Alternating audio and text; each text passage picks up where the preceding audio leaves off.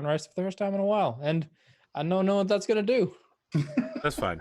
Look, I'm not sure that you should honestly be trusting me to make anime recommendations for you, because the last time I set a trap with that headphones one. Oh, well, after the first chapter, it's all right, but the first chapter was definitely fucking weird. I didn't even write down that title. That's fine. You'll live without it. There's definitely an alcohol drinking, cocktail drinking anime. Anyway, look, it's episode 33 of this show or some shit like that. We're just a couple weeks away from our 1-year anniversary. Oh yeah. I was gonna say around that time I'd make a joke of killing all of your characters, and then we'd start a season 2 with like a new batch of gods. But instead, it looks like you guys are well on your way to all being frozen in stone forever. I would argue we're already at season 2. We got to season 2 when Kelly changed. No. That's like the mid to late season harbinger of the end kind of deal. You know, that's when you start learning your new special techniques so that you can end the season with the emotional punch with all of your new techniques filled into it. You know, you have to get the battle upgrade and then you show it off during the season finale. When do we get one of them waifus? Well, I became your waifu. What are you talking about? Well, your Kelly wants to be everyone's waifu and is offended if That's you it. them. I have to want to be everyone's waifu. I gotta tell you, that's the rules. Raddosaurus is working on the new shirt posters for everybody, right? And I think Kelly, the evil Kelly, is much better looking than, you know, cute little Kelly. That's all I'm saying. Yet the new Kelly thing, I sent it to you. It's in the New Game Plus channel. It's literally, you scroll up like 5 seconds. It's lost in between all of the Fire Emblem shit. It's literally the last thing that's in the fucking channel. Oh yeah. Jesus. Huh? Yeah. Okay. Scroll up in New Game Plus. It's fine. We now have Evil Agrim, and we've got Evil Kelly. We're working on Evil Daka and Evil. Wait, Finley. Evil Agrim? What? I thought this looked like normal me. Yeah, sure. You're more badass, but also you're, you know, more evil. Fine. We're gonna put your ass on a now t-shirt. 3 times the edges. And we're gonna sell you. Well, you know, I was gonna do a joke for this introduction, but it was ruined. I posted a weird, really sweary anime clip into New Game Plus a while ago, and I can only think that that's Daka or that's Agrim as a bard. Fucking bullshit. Is that where Daka's heading towards? He's like, Warlock, that's weak shit. No. This Ranger isn't working for me. It's time to go full bard. I think if Agrim was if he was a bard, it'd be more like a noise marine where he's using the sound as a weapon to like vibrate stuff to pieces. Like the inside of one of those cars that can shred paper. They're so bassy. Yeah. Oh, by the way, I thought of the drinking anime that you should watch. Yeah. Oh boy. No, it's not Blue The Depth Grand or whatever. Blue. No, it's not that one. Definitely not that one. Yikes. No. Best He anime. really wants to fuck his cousin. And his other cousin wants to fuck that cousin too. Alcohol is a crazy drug, man.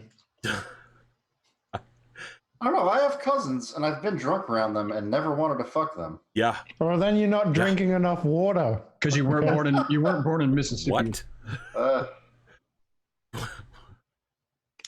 What? Or Japan, as it turns out. Right.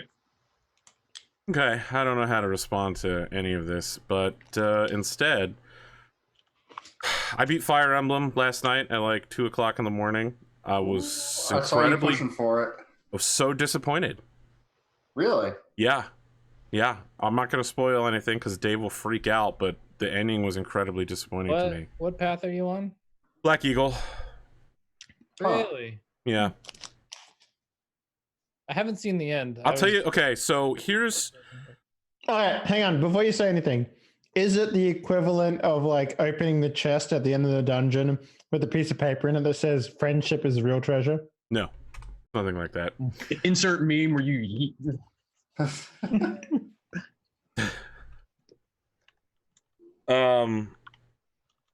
How to say this without spoiling anything? Just don't. It just ends with your girlfriend finally calling you on the radio and singing "Never-Ending Story" together. No, this one's easy. It doesn't spoil anything. At the end of every other Fire Emblem game, you can S-rank relationships between any of the people. Yeah. Awakening, Fate, Shadow of Valentia, Radiant Dawn, pretty much everyone I've played all allow you to do that. This is the first game that doesn't. It just randomly decides based on your level of affection between people who they end up with. And like, even though I A-ranked everyone with everyone, a bunch of people went home lonely and had a shitty ending. I was like, what the fuck? I spent hours forcing all of y'all motherfuckers to have relationships with each other, and this guy doesn't get married. And these two, who I don't give a shit about and had set aside for some other motherfuckers, got married. And I was like, really? You got the Manuela ending. That's why you should have just let them all first off, die my in battle Manuela like I did. did get married. It was just surprising who she got married to. 100%. Brian's end game would be like, and this guy marries. There's no females left. Well, and you know what? You all should be thanking me because I found out today that if you're playing like connected to online, the little wispy things where you like pick up gear from fallen allies, that's from people like me. I know. You know, the best part about those wispy things is that on the stages that have bosses that randomly pop out, you're fucking welcome. Those wispy things are always a good indicator. I'm like, there's a wispy thing there. There's got to be a boss that pops out. No. You know what it was for me? The first time I saw the death ad, I'm like, I reckon I could take that motherfucker. And this is yellow, purple. And I was like, It's like I rolled that dude. I rolled him so hard. When somebody plays Dark Souls or whatever, and you see all the bloodstains. Or whatever. This is why Henley thought it was so easy, because he was getting power leveled by all Spoonie's dead characters. That's right. You're welcome. There you go. Behind the dead bards. To be fair, I do that. Strategic genius. I do that in Mountain Blade. I just beeline for the dude with the shiniest shit. Cause I'm like, there's a chance I'm gonna get his shit if I knock him out. Exactly. I see that helmet over there. I want it. That helmet has wings. The helmet has wings. I want to be a hussar, damn it. So I think Deuce Volt. I think I'm on like chapter 17 or 18. So I have. Oh wow, you're right at the end of the game then. Yeah, I'm really close. I think there's me too. 22. I just finished chapter 17 of the Blue Lions. Oh, I don't know how long Blue Lions is. I just know Black Eagle. I heard Blue Lions is the longest ones. Well, I think the shortest one is the church route for Black Eagles. I can't wait to do the church route, man. I'm so excited. I'm doing Golden Deer next. I'm doing Golden Deer. Yeah, next. I'm doing Golden Deer next. Yeah, 100%. Just because I think it'll be too samey for to do Black Eagles again. Yeah, and then Black. You know what I mean? I'm gonna do all the other ones, and then I'm gonna go back and do Black Eagles, and I'm gonna recruit all the students. Yes. I'm gonna do the Church of Ceres route with literally everyone piling in. Yes. We're gonna doom mankind. Are you doing your new playthroughs as New Game Plus, or are you starting New Game Plus? New Game Plus in hard mode. Yeah. Now I did hear that there's something like you have to use Renown to level up stuff or something. So you just pay for it. Yeah, you keep your statues, but you can use Renown to buy back anything that you previously had in any of your previous playthroughs. And so the thing that I guess almost everybody goes through is Professor level. Yeah. Since I managed to finally eke out A+ Professor level right at the end of the game, I'm gonna buy that back and then be like, oh, what's that? I get 10 tea times? We're all gonna be best friends, everyone around the area. I'm having meals with everyone. You're all my students now. The shortest path is the one that you guys are on. Golden Deer. Oh, that's right. Yeah. That's the shortest path. The longest path is my one. Blue Lions. And I'm also playing on normal as well, so I think it's probably going a little faster. Well, I got to tell I'm only 25 hours in, I think. Wow, I'm 60 hours in. Holy fuck, dude! I'm getting do any support shit because all my students are dead. So it's I go do some gardening, eat a few meals, and next battle. Everybody is level 40, including my adjutants, and they're all A ranked, and everyone has a master class level. Felix managed to fucking certify out to Mortal Savant at the last second, and then in the final battle, he went full Sasuke. I don't know if you've seen Felix as Mortal Savant, but he does like the Naruto run to cast magic. That's amazing. It's so bad. And then he does a Xenia like cross-legged floating arm thing when he shoots magic. It's silly. Oh, God. What's so I gonna dumb. say? Oh, yeah. I'm like chapter 17, right? I just finished it, so I'm rolling on to chapter 18. Mhm. I'm almost at 90 hours playing on hard mode, but I've also A ranked just about all the important people. Yeah, The rest of them get fucked. I don't give a shit about the other people. And the only reason I have extra people in my class is like I actually wanted that Lucidia. I wanted her, so I went and got her. Lysithea is the one from this show. Whatever, it's the same person. They're not even close to the same person. That was the only person I wanted. And the rest of them just kind of, I was just doing my professor duties, getting all those check marks off my list. And they just happened to be like, hey, I'm in your class now. And I'm like, all right, bitch, whatever. So that was about that. And then I never used them.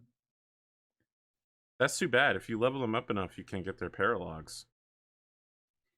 Eh. Yeah, you can get like new crests and weapons and shit, right? Yeah.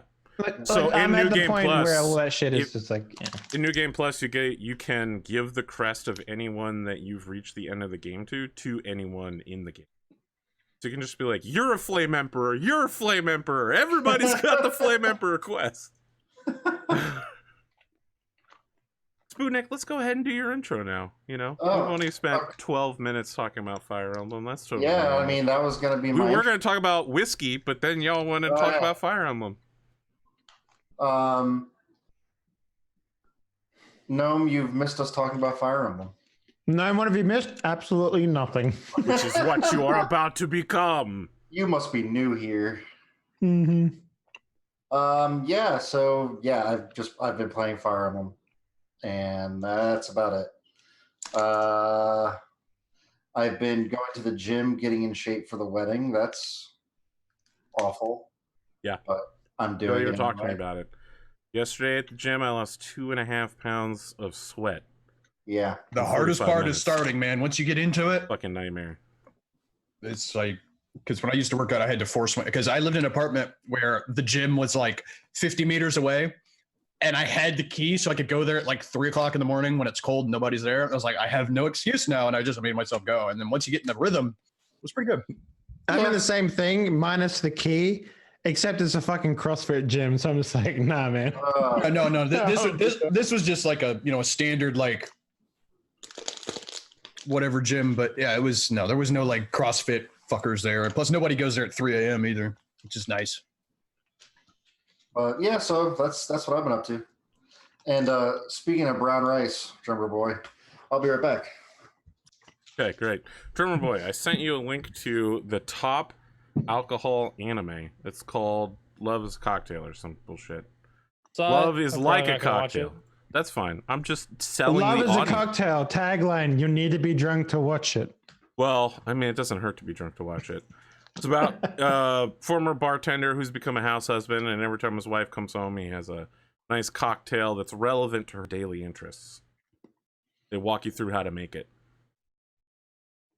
So it's like a food anime but for drinks. Yeah, and each episode does she orgasm and her clothes fly off every time she drinks? No, this isn't Food Wars. And you know what? There's a lot of food-based animes that don't do that. Don't pigeonhole us down to that. You said, listen, Dave. Was it I don't want to hear Toriko? shit from you, motherfucker. Dave, I saw you say some weird shit about lollies today that has me raising some question marks and eyebrows. They need to be adults. What's wrong with that?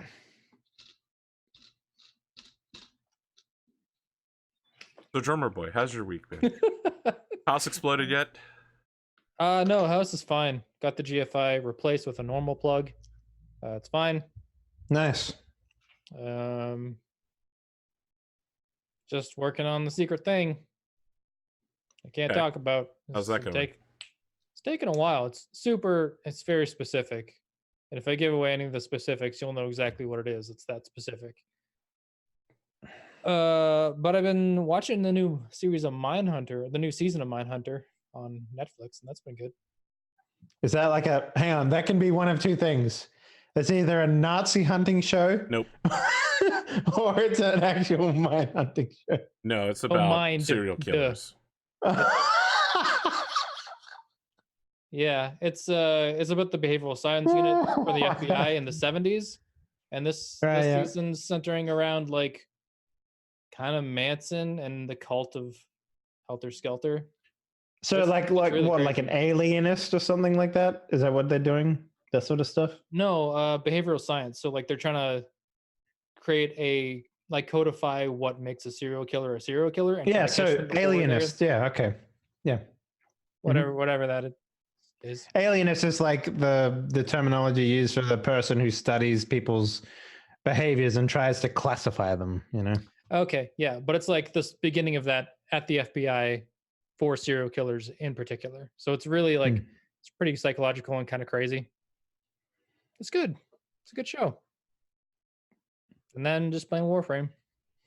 Nice. All my frames are finally done, so I can go level up. What's your favorite? Yeah, you took the frame out of the oven after 75 hours of cooking. Yeah. Like, my frames are done. The problem it's more like a 3D printer, really. I was like, there's things in the game called void relics, and then you can get prime parts, so you can make prime frames out of those parts when they're all together. And I was just doing that for a while because I had a bunch of them, and I ended up like cooking up like 3 prime frames and 6 regular frames at the same time. So now I've got like a ridiculous amount of frames to go level up. And then my mastery rank goes up, which means you have access to more shit, so you can just keep going. Basically Stardew Valley with guns. It's a feedback cycle, you say. I have a chroma that needs to be like I need chroma prime, and I have a frost prime that needs to be leveled. And I don't have regular chroma. I have chroma prime though. Chroma is great as for solo frame, but it's fucking terrible because half of his thing is leaving the cloak is sentient. It comes off and use it as a turret. But when you're fucking flying through maps, you can't. What are you going to deploy it somewhere? It's like, no, it's only good for certain missions. So, but he's pretty strong, but it's just, he's only strong on certain things. Yeah, and like any like objective where it's like, defend this. It's like Chroma's the shit. Yeah, but you gotta have mods that make your first couple abilities really good for that. And then those mods usually cross over into like making your fourth very good. I think I have most of the parts for Vauban because I was working on making him before, somebody gifted me chroma. Like I helped somebody with PC problems or something. Anyway, somebody bought me. We were like all playing Warframe at the time. And somebody bought me chroma, and I have that weird like it's like the samurai looking skin for it or whatever. It would like you can look at it. It's really weird and stupid. It like reminds me of like it's like a weird like if you cross samurai armor with like Mechagodzilla is what it looks like, and it's really weird. But whatever, it came with the thing. I was like, fuck it. Yeah. This is what Atomic gets excited about, not anime. I be kind of mouthing what the fuck after like. Yeah, you were like, he takes his cloak off and it becomes a turret. Yeah, what the fuck? Yeah, that's one of his abilities. So Chroma's whole thing is like you select an element and then all of his damage becomes that element. So like Volt, for example, all of his damage is electricity. But Chroma, as you change the color of his armor or what? Whatever. It's the color of your emissives. Yeah, okay. So essentially the lights and stuff. But you can change the damage type he does. And but yeah, no, his cloak it like just pops off his back and like floats there and it just fucking pews. But it's not really good in the meta of how people play the game, where they just speed run everything. It's a very defensive. It's kind of like Vauban. Vauban's really strong on defensive missions, but useless on anything else. Yeah, because it's just you place a trap. Well, if you're the other side of the map, that trap is now useless. So, but it's usually Chroma's good for like groups. So like you have a couple guys in your group, like a support, like a Trinity Prime who can buff health and energy, a couple shield dudes, and a Chroma. They're good for taking down Eidolons. Or like one of the end game. Yeah, I haven't played any of the new stuff since they did like all the open world stuff. But people keep trying to get me back into it. I'm just like, I've got more shit to play than I have time or energy to do it. But I reinstalled it and I started the other day and I'm like, fuck. So I found a video that was like, if you haven't played Warframe since this, it's like an hour and a half long, and it breaks down everything that like all the major changes, whatever. I'm like, I'm gonna have to fucking watch that because I'm just stupid. But going back to AP's first question, my favorite frame is the one I'm currently using, which is Oberon Prime. Oberon which is like shit. It's like a which paladin. is kind of like it's a Fey. It's almost like a Fey one. It's kind of like it's kind of like a paladin, kind of, because it's like all light stuff, isn't it? No, it's mostly like I think of something else. Sorry. My main power that I use on him is 2, which is like you can make a whole bunch of plants grow in a. You can like add mods that like add your distance and radius for this, and it's I don't like know anything about Warframe. I thought it was about robots shooting each other. Well, no, they're like space. They're like dudes in suits, and like each of the suits has specific powers.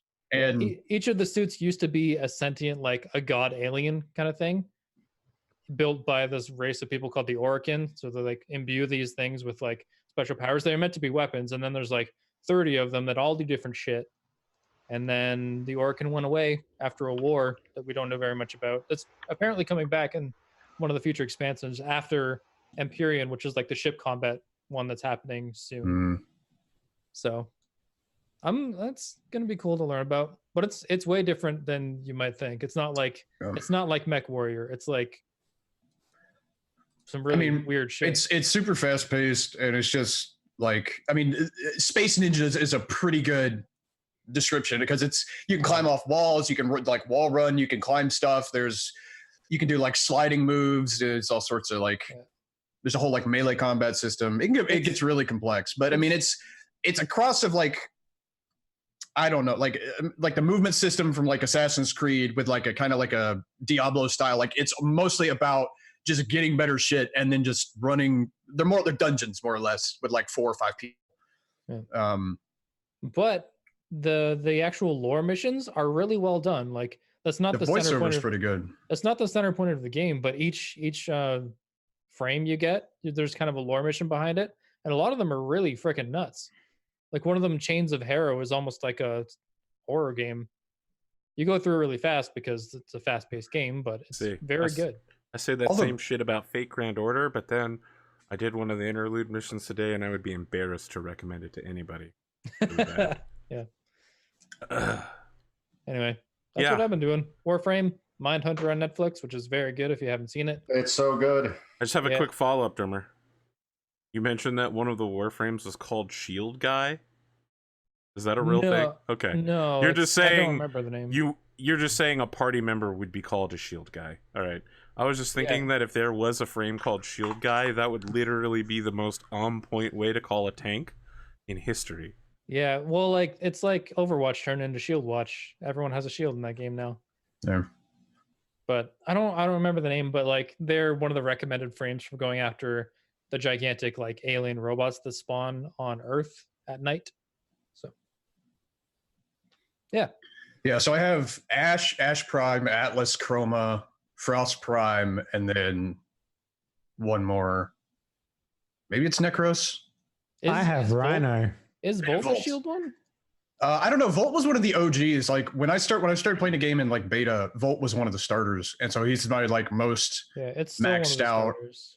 Well, they took it away for a while. Like it wasn't a starter for a while, and then they brought it back. But Ash is kind of fun for solo stuff because he's all about being sneaky and pinning stuff to walls with stuff. I was gonna say, when I watch people stream Warframe, there's no sneakiness. They just like run like cheetahs and then do a flip and then they do like a weird running jump circle twining and then they shoot everybody. There's sneakiness up until you get a frame that can stealth, and then like you just turn yourself invisible and go straight to the end. There are certain missions where, so essentially, like if you spook one of the humans, they'll run over to a console and start activating alarms. So why are you fighting the humans? I thought we were the humans. Aren't we humans, guys? Is anyone? I don't know. Is anyone else on this call human? Spootnik? Are we human or are we dancing? I'm a salt-based organism, so I don't classify as human. I'm a meat popsicle. Okay, I'm really worried about. What do you classify as human? I'm 70% beard. What does that make me? Anyway, majestic. That's been my shit. Majestic. I was also cooking and locking myself out of my car. That was fun. There you go. Wow, that's some high level stuff. I had Especially when the to cops pick drive my by. brother up. I had to pick my brother up. Him and his wife and 2 kids were at a wedding back in Ontario, so I picked him up from the airport because he drives truck for farms around here, and they're in harvest time, so we need to get back early. Went to Costco. And, I thought like the power was on my car because like my keys can come out of the ignition before the car is actually shut off. Yep. So like I jiggled them and like made sure it's all ready to go, and then I got distracted, walked out of the car, and then we both shut our doors, and the Costco card was in the car, so we couldn't even go shopping while we waited for CAA to show up to get me back in my car. So that was a cool like half-hour hangout with my brother. Oh boy. We're like pretty good friends. We just joked around during the time, but like that was fun. I can one up you on getting locked out of your car stories. Do it. Let's hear it. So, after you graduate as an engineer, there's an optional test you have to take if you want to go further in your engineering career. You don't have to take it. You could be an engineer your whole life and never take it, but if you want to move up and do more professional engineering stuff, it's called the Fundamentals of Engineering exam. It's like 10 to 12 hours long, and you take it with several thousand other people, no matter which test site you're at, because they only do it once a year. And so I was there. They do a break midway through where you can go get lunch. I went out to my car. I had lunch out there. I locked my keys in the car there. So now I'm inside freaking out because I've locked my keys in the car. At the midpoint of the exam, I call AAA. They're like, we'll send someone out immediately. They're like, no, you can't send someone out immediately. You need to arrive in exactly 5 hours. I had to explain it to them. Then I had to go back and finish the test the whole time freaking out. And as I'm leaving, I realized that I parked in the worst possible place for this because everyone else is leaving and they go out both lanes, and the guy trying to come in with this truck is being blocked by every dumbass college student that's just like, I need to make a left turn out of here, so I'm gonna block the intake road. So it took him 45 minutes to move 200 feet. Yeah. Did you pass the test? Oh yeah. Then it was all worth it. I mean, at that time, electrical engineers had a 49% pass rate on that test, so damn, I felt pretty good for passing it. Oh yeah. I love this story. My favorite story. Yeah, I very rarely lock myself out of places, but I locked myself out of my apartment when I first got here once, and then my car a few times. I've got the American apple pie. American Pie story, getting locked outside my dorm room with only a towel. Oh my God, nice. Dave. Really? And then you fucked the pie? Yeah, I fucked the pie. Warm apple pie, motherfuckers. What else are you going to do when you're locked out of your apartment? Yeah. Exactly. So I've never been locked out of my car, but when I was working in retail decades ago in Ohio, it had snowed, and I'm leaving work and I go to my car, and there's snow all over everywhere. I'm trying to open up my car door and it won't open. And I go back into the store because I didn't have a cell phone at the time. It was kind of still incredibly expensive to have a cell phone. And I call my dad. You had to make your own cell phone out of snow. And I call my dad, so he drives over. And he has some of that like de-icer stuff that you like stick in the lock, to unfreeze the lock. So he's sticking the thing in there, spraying it, and I stick my key in, not opening. As we're doing this woman walks up and she's like, "What are you doing to my car?" And I was like, "What do you mean?" This woman had the exact same car as me, parked like 2 spaces over from my car, but because it was all covered in snow, I couldn't tell that, I couldn't really see inside of it. I hadn't thought to brush the windows off. So I was locked out of a stranger's car. That's great. Wow. Yeah, she thought we were trying to break in. Yeah. But she handled that very, very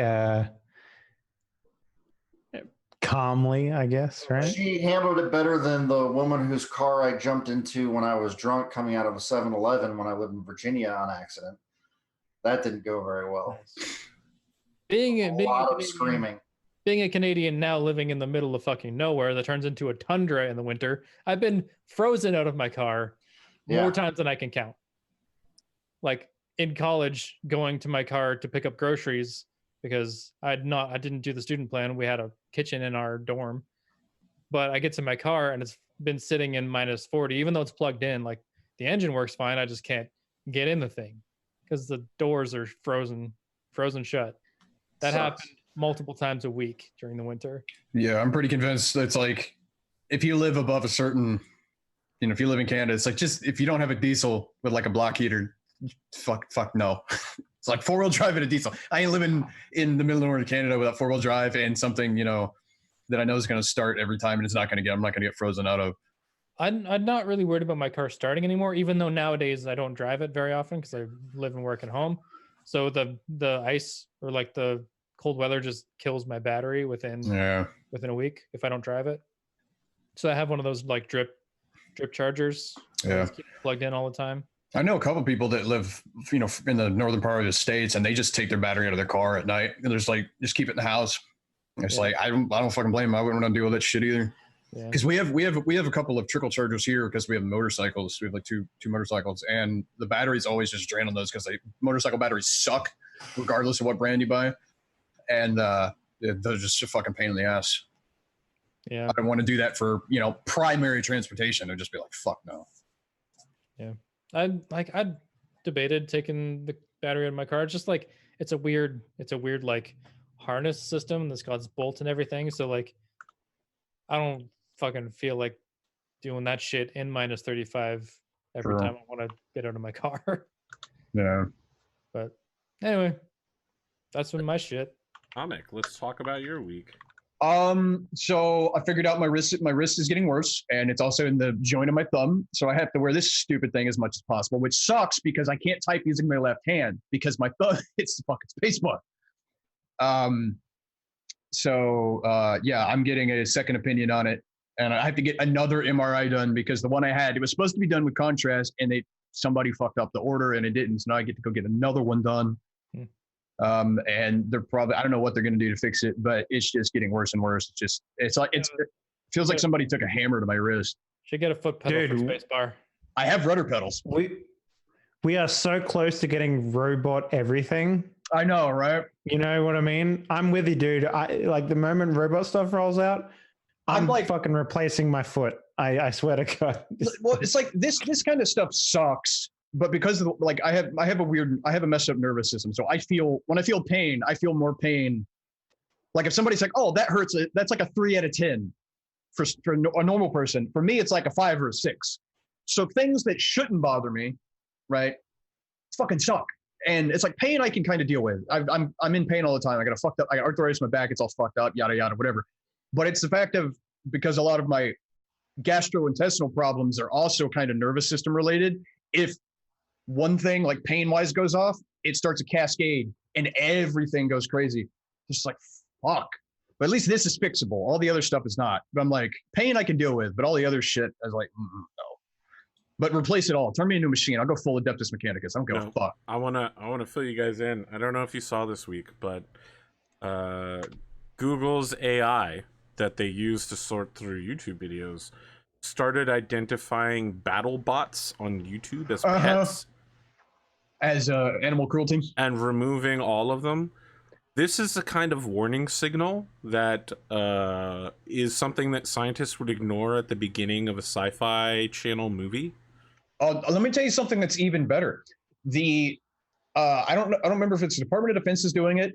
One of the branches, it might actually be the Air Force, is messing around with having an AI do some calculations regarding our nuclear arsenal for some of the older ones to see if they would still be effective in a modern tactical nuclear situation, because of like just the yield is older, is small or whatever. It's like, AI and nukes, where have I seen this before? More testing required. Yeah. But they're not given direct access to the nukes. They're just saying the status. I'm just saying, now they aren't, but eventually it will get to that. I'm just saying, this is how it starts. But I mean, the Google thing is so dumb. Like, so there's a bunch of guys that, white hats, right, that do penetration testing and stuff like that. all of those videos have been either demonetized or removed, which is hilarious because Google sponsors every year a capture the flag style hacking event, but yet they've removed or are demonetizing all of the hacking videos, white hat or otherwise, on YouTube. Dude, no one in Google's talking to anyone else in I know. Google. It's just, you know, they sponsor these events, yet they, you know, get rid of them. It's just like fucking Google is kind of like mushrooms. There's so many different types of mushrooms that don't know each other exist. They might like get their roots tied together every once in a while, but like Google doesn't know what it is anymore. Google's that mushroom that's like the size of a forest underground. Yeah, it's the Studio Ghibli mushroom. Yeah. Look, I gotta tell you guys. Aren't they owned by Alphabet, which also owns a whole bunch of other shit? So Google doesn't even know what else is. I mean, Google. I mean, they probably, you know, it's just a logistical thing why they did that. I'm pretty sure. I don't know if you saw the articles recently that were talking about how Steam and Valve are run. It's a fucking nightmare zone. I mean, all of them. People have mobile workplaces, and they show up and they just roll to whatever department they want to work in. And then they stay until they've completed whatever project they decided they liked and then leave. Which is why nothing ever gets done, because no one's like, man, we should really release Half-Life 3. They're just like, man, we should really update our drivers for Half-Life 3. There was an article a while ago that like some lady, or it was a game developer that left Valve and like now, like a couple of years ago, but now she's like telling about her experience there. And she was like, she was not sure what to do. So she went and asked somebody and they're like, oh, you should probably do this and this. So she's like, great. And then she did that. And then she came back and like, hey, I did what you asked. And this is what happened. And they got super mad because they're like, how dare you do what I say? This place is flat. I'm not your boss. People get walked out of here for less. It's like, what the fuck? I mean, to be like all of those game devs, like all the bigger, it's like, they're all like that. Stories come out every week where the shit's insane. I'm just like, no, I'm not. No, I would never. That's ridiculous. I actually got offered a job at Valve a long time ago, and I didn't take it because I don't know if you guys know of this website called Glassdoor. Yep. Yeah. So I did a fair amount. This is after I sold my company, and I did a fair amount of research into all of this stuff. And it turns out that there is some like, if you want to like career trajectory, right?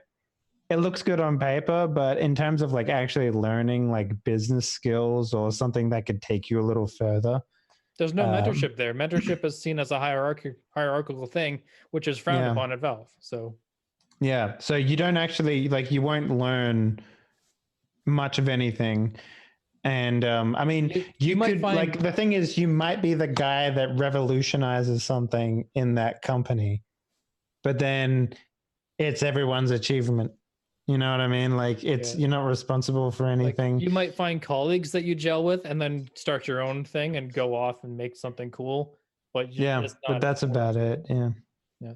Did you see Gabe Newell walking out at CI9 being like, in his like over his like very too big dress shirt and flip-flops and sweatpants, be like, welcome to TI9, thanks Shanghai, and then walking away? He showed up to TI9 at the announcement. It was just like, hey, thank you. And he's like, apparently there was a picture taken earlier that day. They're like, hey, this is Gabe Newell. It's the same, he's like wearing the same sweatpants and flip-flops and shirt on like getting off the airplane as he did announcing like the Shanghai stuff. Like, that's fuck you money, I guess. Like, he doesn't have to give a shit about anyone. Yeah, I can't imagine being that rich. He just like, I'm just gonna buy knives off the internet and play Dota all day. Yeah. But for a billionaire, or is he a billionaire? I would imagine so. Yeah, probably. I mean, for a billionaire, he hasn't used his money for evil like some shitheads like Notch. Yeah. Notch is just like, you know what? Is white power a problem? Let's discuss reasonably the options we have on our table. If I like your answer, I'm going to give you $1 million. Oh, man.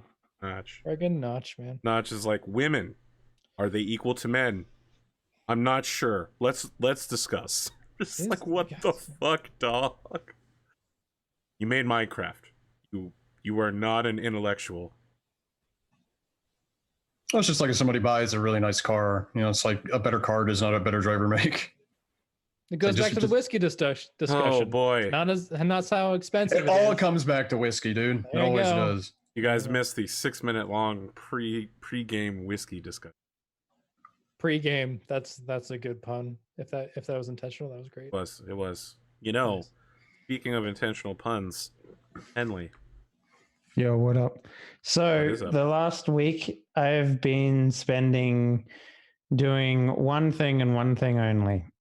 Recovering from my shit being sniped by another company. Wow. So my main job that I do right now is your job is to hold a shield and stand in front of your shit. No, my main job is basically I'm a managing director for a game publisher. So I've taken upon myself to make sure that the product lineup that we have is a fantastic one. So part of my job is like negotiating with game developers to bring them on board to make them a part of our product lineup. So the inherent problem with that, as you might be well aware, is that you can invest a lot of man hours negotiating with someone, finding out what they want, finding investors, putting all the puzzle pieces together. This is what literally happened. I was like, hey, let's do a meeting today at 2 p.m. And they're like, oh yeah, sweet. That sounds good. I wake up in the morning, 4 hours later, they send another email back to me. And it's like, oh, yeah, Dave, by the way, thank you so much for all your feedback and all your help. But we're going to go with another publisher. And I'm like, fucking hell. Because tomorrow I have an investor coming in who's like, all right, show me the goods. And I'm like, yeah. Unfortunately, the goods went with another. About that. I have a long and sordid history of Devolver Digital and all that sort of shit sniping my work. So more of the same. Have you heard about Dungeon Janitor? Yeah. Mr. Investor I'm thinking Man? about. Well, I mean, I tell you what, you put some people who want to make money and know how to make games and have a history of making good games in front of me, and I'll pay them to make that game. That's I'll do it. I'll give them money. But I don't know, man. Like, yeah, that's basically what I've been doing. And it's really frustrating because I should be at Gamescom right now. But I decided to stick around because we've got a couple of new games on at the moment. The first one, Outer's Blood, is going through Kickstarter right now. And the second one is Good Night Night. And that one's coming out in early access pretty soon. And I don't know. I have to sort of like cradle those little babies. Is Good Night Night literally about a knight that is attempting to go to sleep and has to kill his way through 10,000 demons that are between him and his security blanket? No, but that's a great idea. But I was gonna say that actually sounds like a really cool game. To make games. Yeah. All right, so here's what it is: Binding of Isaac. Yeah. So far, it hasn't strayed too far from my idea. With Dark Souls stamina management. Yep, still my idea. And you're climbing a tower. Yeah. Are you a knight? And was that? Yeah, and you are a knight. Yeah. You are a holy diver, like the song. Okay. And basically, the main, like, you get items, and these items, they hold XP, and the way that you save your XP is by not dying and then going back to your camp and sleeping. So if you die during a run, you lose all the experience points that you gained and all the materials that you gained and all that sort of stuff. Every floor is procedurally generated. And basically it's like Legend of Zelda with the room stuff, like the old top-down Legends of Zelda with Binding of Isaac.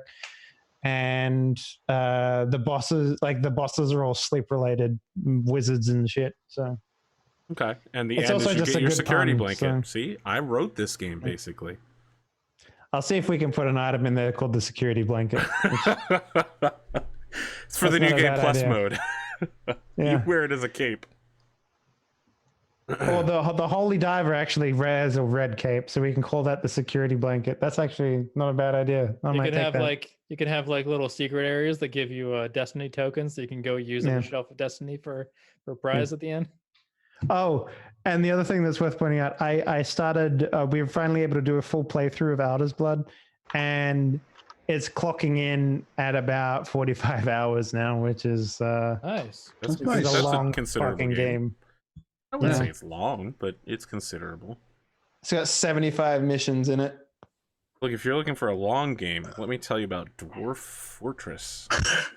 Have they released that crazy graphical thing for Dwarf Fortress yet? I mean, there's always You been mean the crazy Steam version? graphical things. Yeah.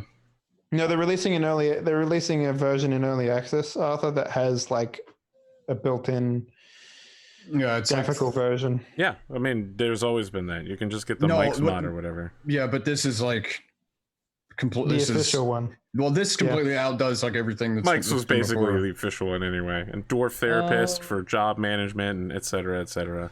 The one by Kit Fox Games is I out don't on itch, remember. I think. Yeah, that's the one. Kit Fox is the one that's going to go into early access. Yeah.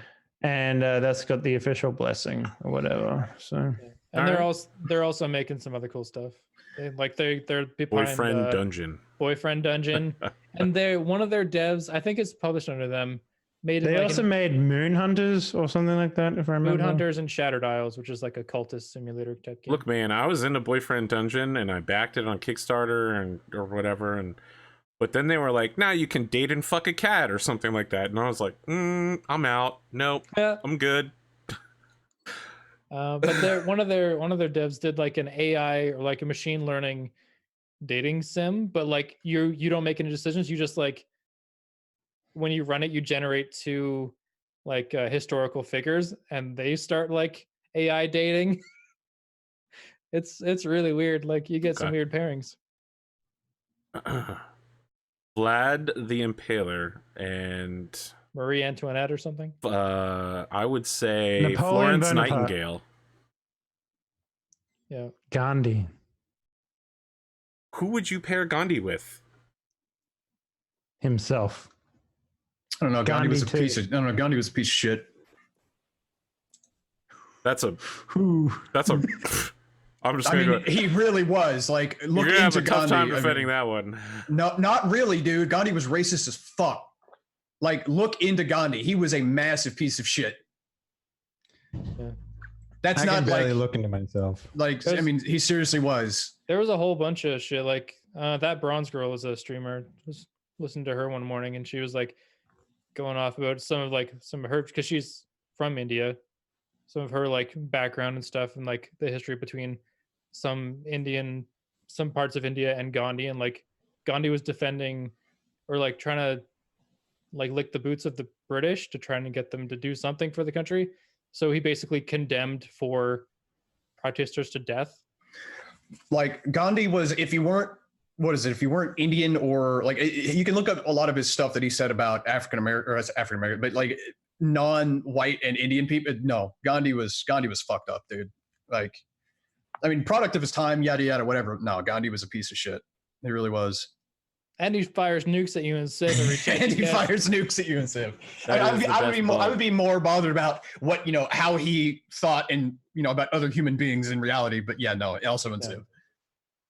Yeah. I mean, it doesn't invalidate any of his teachings, Troll, but I mean, he's still a piece of shit. Even pieces of shit can occasionally say things that make sense. There has never been an altruistic human in the history of the human race. So Yeah. Me. That's. Yeah, we're gonna go ahead and get started.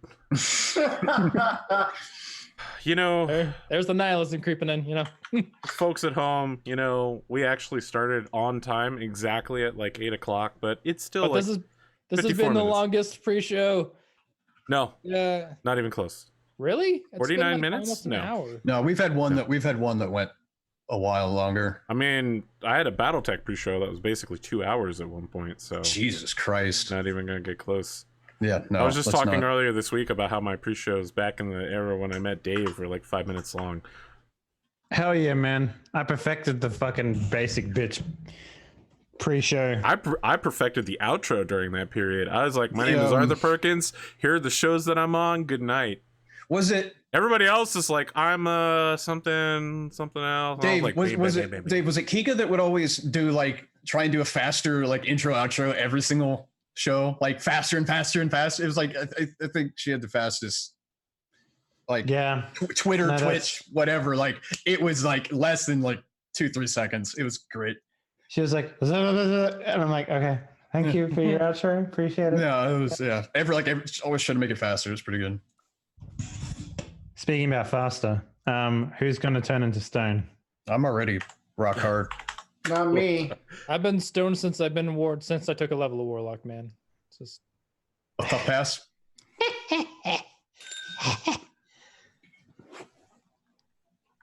So, ready does for anyone your remember offer. what happened last time besides Agrim and Daka turning into stone?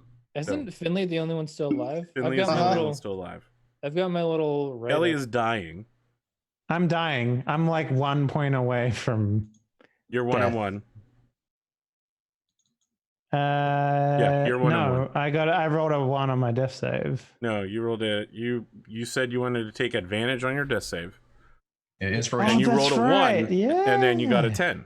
So you're Yeah, 1-1. I'm 1-1. I have been keeping track. Yeah, but I could read out my little fucking write up again. It's Yeah, very let's do it. Let's do that right up. We'll see how accurate it is. This one's super short. Okay. Party finally leaves town with a new group of hirelings in tow. Kelly gets denied again by whatever his name is. Daka listens to old familiar stories from about us, apparently. Agrim gets sung at, and Finley and Nom Nom form a beautiful friendship. Where's the fanfic, Zonalar? Oh, and Kelly and I got laid. That's true. That was last episode. Yeah, That was last episode. that's what we were recapping. No, 2 episodes ago. No, it was last episode. It 100% happened last episode. Yeah, no, when it's did last- the church? When last did the week. Church of Whores? No, that happened. No, it was last week because we made It a was not. donation. Let's be clear here. They're not whores. They're sacred prostitutes. They're priestesses or It was something. 2 episodes ago. Priests and because- priestesses. Okay. Because you two went and did that, and me and Finley went and talked to. I'm on my knees, pleasing Jesus. That was 2 episodes ago. I thought it was last week because we went to because that was like the town, and then we came here. You know, there are a huge number of religions that involve sacred prostitutes, as far back as some of the first religions that have ever existed, like Inara. From Sweet. Babylonian times in Sumeria. Asherah man. poles, people just fucking young kids all day. What the fuck? Jesus Christ. Welcome That's, to the, that's what it was, man.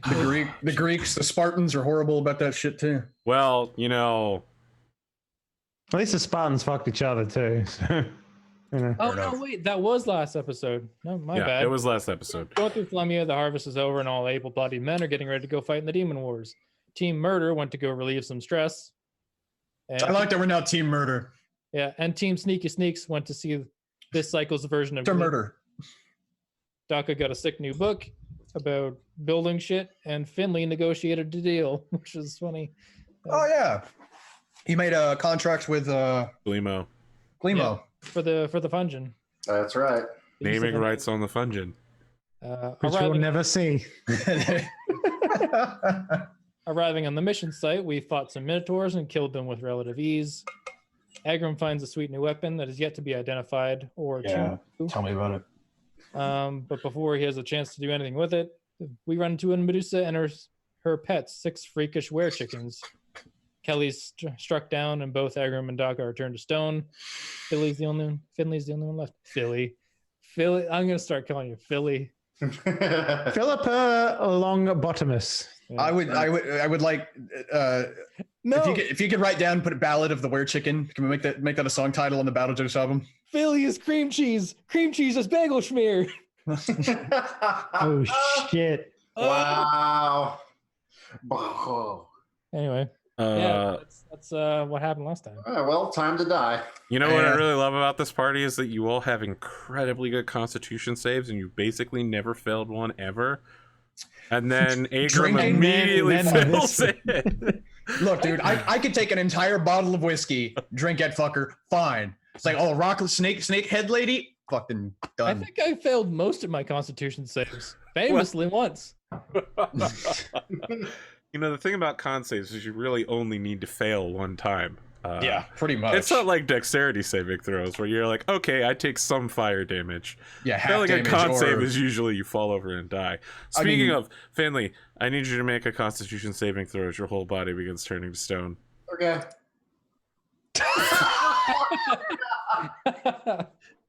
We wake up in a mountain. Kelly, I need you to make a death saving throw. Hold up. Yeah. I was just I had it planned, but I didn't pull it up. The roundabout theme song starts playing. Roundabout song? Yeah, you know, from JoJo. Oh. When something bad's about to happen, then it like to be continued. Yeah. You detect an enemy stand. There you go. Okay, one more. 20. You're 2 for 2. The next one takes all of the beans, sir. Yeah, okay. Nope. All right. Kelly. Well, at least all of us didn't turn to stone, I guess. Kelly, you wake up in a mountain. There, you find among your things your adventuring identification card, which was not there previously. When you exit the mountain, it's gonna be so loud then. Outside of the mountain is Daka, Agrim, and Finley, all frozen in stone. Oh, God damn it. Oh, all right. I find some nitroglycerin. Wow, And you're gonna Dr. Stone this? Alcohol.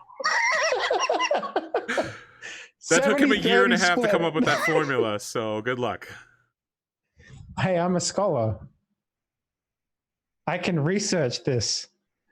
Okay. How heavy is it, the stones? Like, what are we They doing all with weigh it? the exact same amount as they did before with their equipment weight. Which how is awkward are they? Well, they all died in battle, so they all probably look like someone fleeing one direction into combat. Dave, give me a second. I weigh about 165 pounds, so what, 70-something, 80-something kilos? With all my shit. I'm whatever the in-game version is. Whatever the in-game version is. Yeah. Well, with my basic stuff, which I have, I'm about, say, 160, so let's say 70 kilos. Which you could probably drag around. Finley's probably obviously less, or is less. I'm 140 without my shit, and then probably like 150, 160 with all my shit. And Finley, what are you, newborn baby weight? Like, what are you? Because I ain't tall, but I'm real thick. Yeah. I can tell you. Yeah, should be in your background. 82. Okay. You're about half my Wow, 82? Okay. Well, I mean, halflings are still 3.5 some odd feet tall. He's not a gnome. Yeah, okay. All right, so Arthur, I would like to try and create a like something I can drag, and I want to put the statues on there. And then I will... You mean like cutting down some wood, making like a raft and like dragging them out? Yeah, or like a thatching or something like that. Like you know? You're talking about like a combat stretcher kind of thing. Like you two sticks with like some shit in the middle. And I do have that white robe. Yeah. Oh yeah, we start in? Yeah. Mm-hmm. I would like you to make a survival check. That is fair. I will do that. Please have decent wisdom. Please have decent wisdom. 10. Okay. About 3 hours into this process where you are dragging everybody, well, you're like chopping down trees in the forest using your flaming longsword, gathering things up, makeshifting vines from some I have a hand axe and shit like that too. Sure. Like, you know. But I mean, it takes a while to get all this set together. Around that time, Daka turns back out of stone into flesh Daka. My favorite form of Daka, really. The minute the the shit cracks off his face. There's like a puff of smoke. It's like, ah, Daka, the last thing you remember was being bit by a chicken monster with a snake tail. Yeah, so I probably like draw an Literally the arrow, world's like, longest. Here's what we need. I would really like to do this. You know how Top Gear, before whatever, they had the board where they would put times. I would like silly deaths, right? Death by succubus, death by whatever, just all the stupid deaths that we fucking come across, because that'd be fucking hilarious. It's the NG Yeah. plus stat screen. Like you can go into the menu and see all your dumb stats. What time you died, like with the date. Yeah. Fucking god damn it. This is why you need a wiki, man. We probably- need fucking probably, NG like- plus a wiki. Go for my daggers and like, because if I still think there's chickens here, I'll probably yell like chickens and like a You plume look of smoke around. and like, The sun is rising in the sky. You see Kelly has got together some sort of extremely basic palanquin. Finley and Agrim have both been lowered onto it sideways, and and Kelly is like in the process of tying them down and is like looking at you super shocked.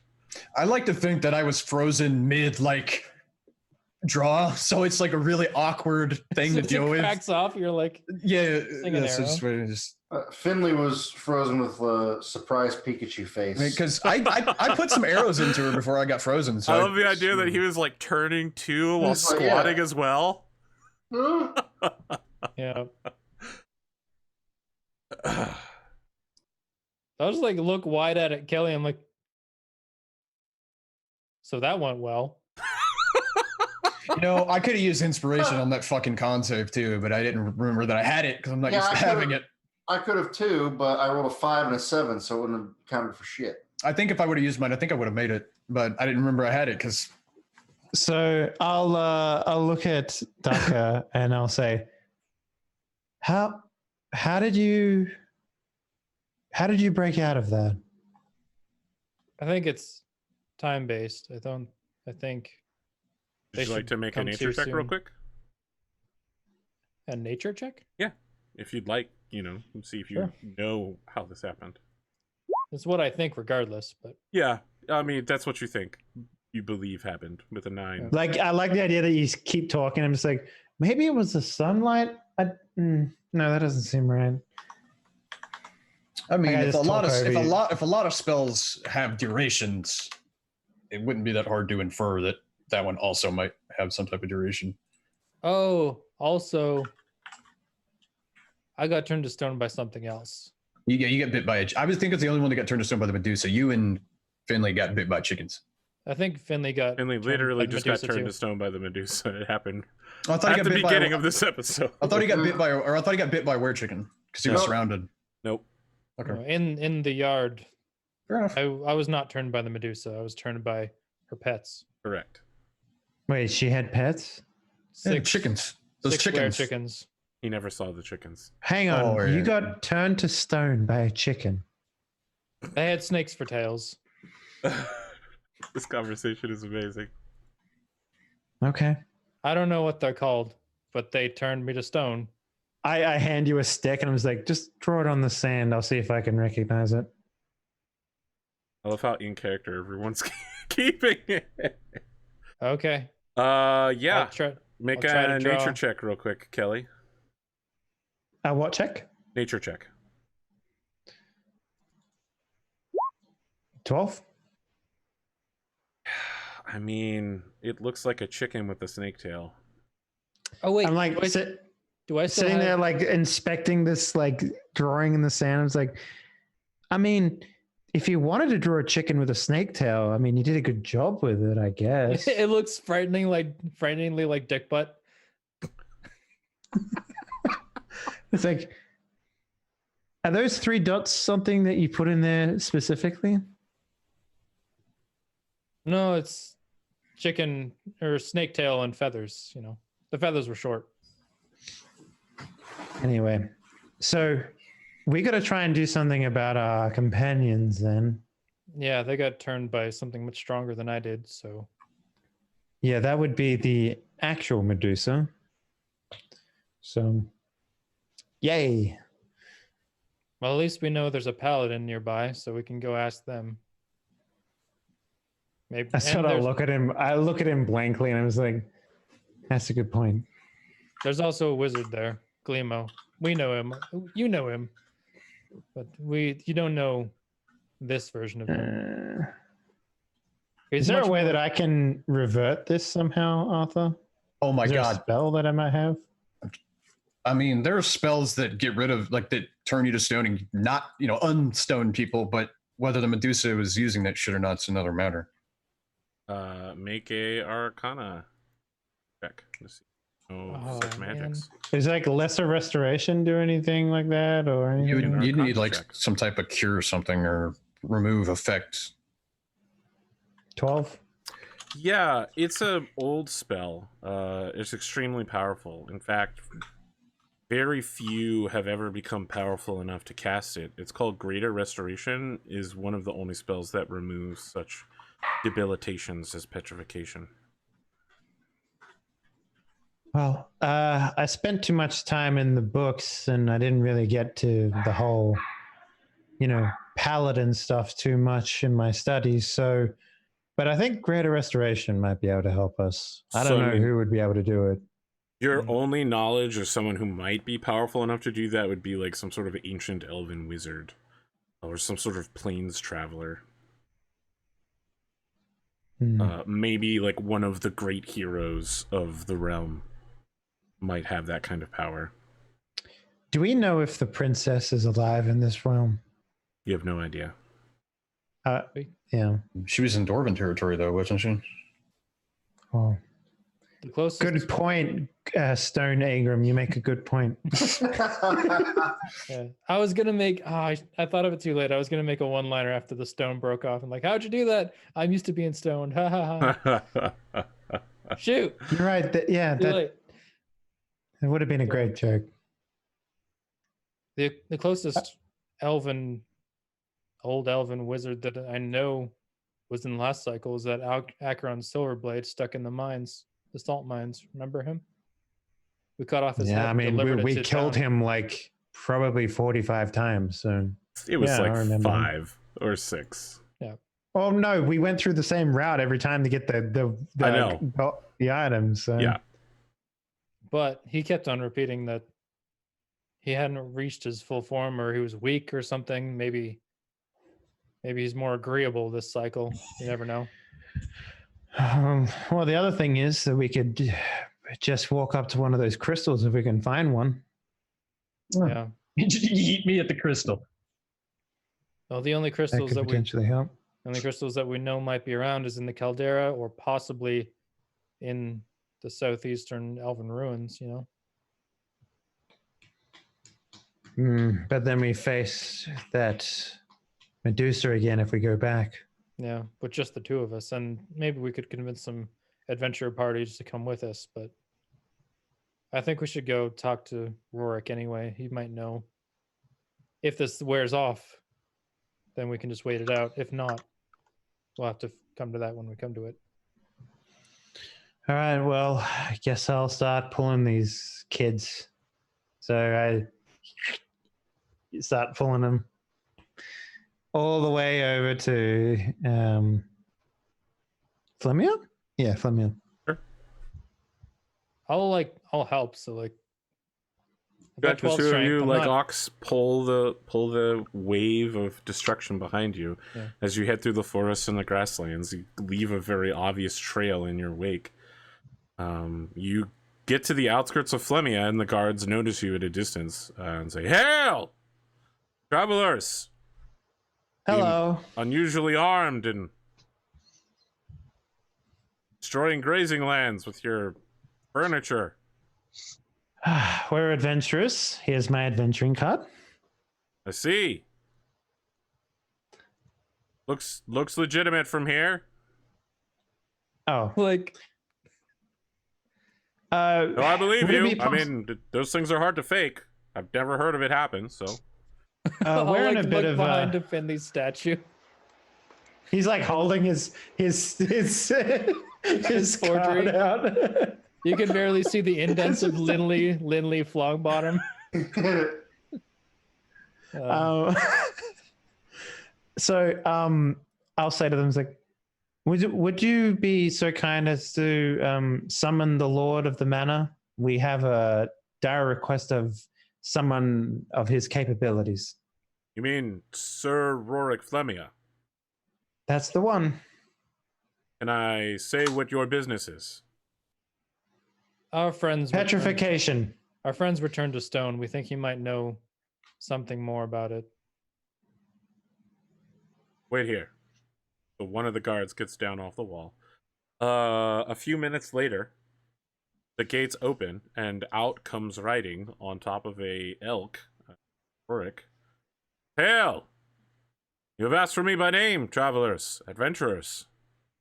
I see you are dragging unusually well-created statues behind you. Have you perhaps been an adventuring party that's been petrified?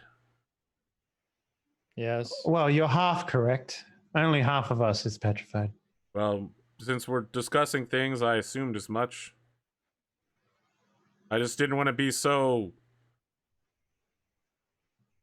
anal about it. My wife gets upset. I'm a paladin. Sorry. It's just, exactness is a thing that I like to have, but it upsets people around me. We are coming from the southeast, correct? Yes. I'll point backwards and be like, the ruins in the southeast, there's a Medusa hiding out there. Ah, I see. We ran into it and unfortunate things happened. Well, I'm sure the Adventuring Guild will take care of it. It's a little far away to drag our friends. Would you perhaps? Well, you come with me. We'll get you to the local temple, and we'll figure things out. Do you mind if my men come lift your friends up? That would be fantastic. Rather than drag them through the streets. I think it would be more respectful and less damaging. Yes. And my lungs are not what they used to be. Dragging these from south is hard. It's been like a week, dude. I don't think you have smoker's lung yet. He's been smoking for centuries. He just doesn't know it. He's never stopped. And the amount of cycles, you don't know. True. I like to think you just have a gas mask and then just you plug it in and it's just your whole thing is just filled with it. Yeah. I love the idea that Finley breaks out and he's just like, boy, man, that was my longest boy ever. I was going to say, like, while you're driving around, you just hear like a faint, like, oil can. Yeah.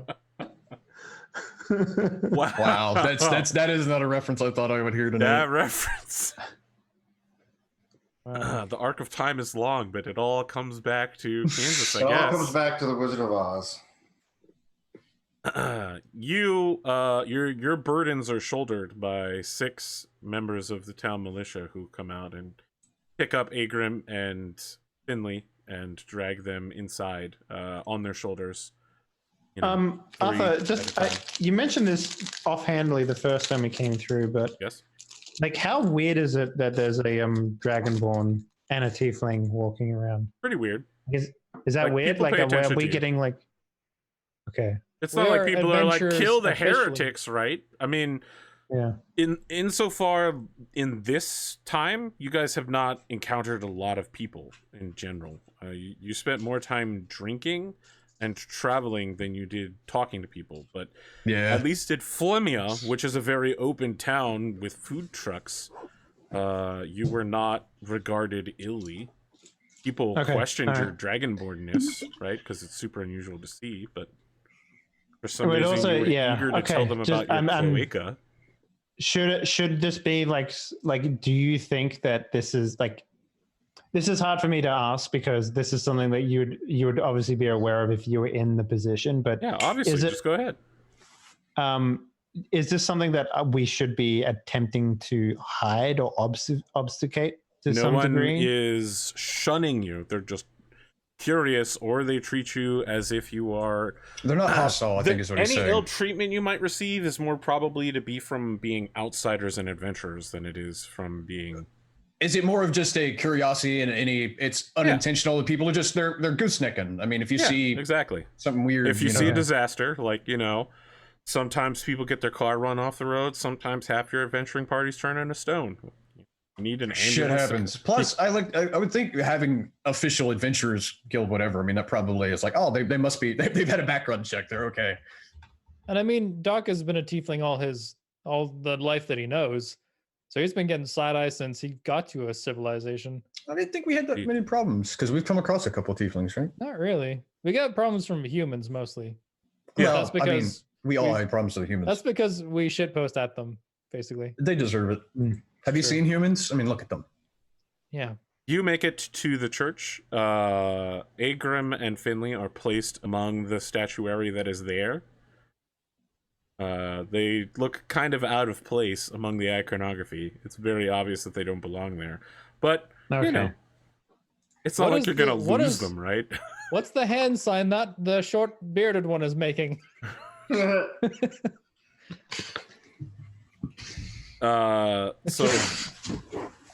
Rurik says, welcome to Flemia. I apologize for what has happened to you and that you suffer so much in defense of our village. Thank you very much. You must be busy with harvest now as it is. Yes, we will be finishing the planting in the next 3 days, and then we ride north. Demon Wars. Yeah, exactly. We've been around. Look, at that time, if you would like to, you seem tired, and I'm sure there's a lot to process with your friends being turned to stone. If you'd like to stay until the end of harvest and maybe help out a little bit, we could provide transport on some of our supply wagons for you and your friends. I believe I have an old friend who's returning tomorrow who might be able to help you with your problem. To be straightforward, I don't believe he'll be capable of returning your friends to their natural fleshy Are you talking forms. about Glimo? I am. I speak of Glimo of the Western Gate, an old adventuring companion. He's got lots of books, so maybe something in one of them. And perhaps, last time you were there, Ducker, did you see anything elvish, maybe, in his library? I wasn't looking for Elvish last time. I'll pat down my robes and stuff, looking for the book that I got last time, which I assume is not here. Yeah, still there. Is it with me? Yeah, why wouldn't it be? I'll take out the book, be like, I got the... What's wrong? Can books be attunable? You have all of the things that you had when you were turned to stone. Interesting. Usually this doesn't happen. So Rorik is like, I'm sorry. It sounds as if you've met Glimo before, but I haven't been following the rest of your conversation. We have. Oh, we don't. We need to do this again, don't we? I don't understand. Well, his shortcut thing might not be valid in this timeline. No, we have to get a new piece of information. We have to convince him to give us a new piece of information to convince him every time we do a cycle that we are in a cycle. Is there perhaps a place where we can have a frank conversation? So he looks We have around. information to share with you. I could ask my wife if I could borrow one of her confessional booths. If Can something. we maybe wait until Glimo gets here? I think he would be invaluable in this conversation. This book is his from another him. It's very difficult to... Is there a doppelganger about? But he puts a hand on his sword hilt and says, sometimes they wander into town from the south. I'll put my hand and be like, not a doppelganger of sorts. He starts releasing his hand. We'll tell you everything we can tomorrow. You may not believe us. You didn't last time, but we may. Wait, we haven't met. Does this concern the safety of this village?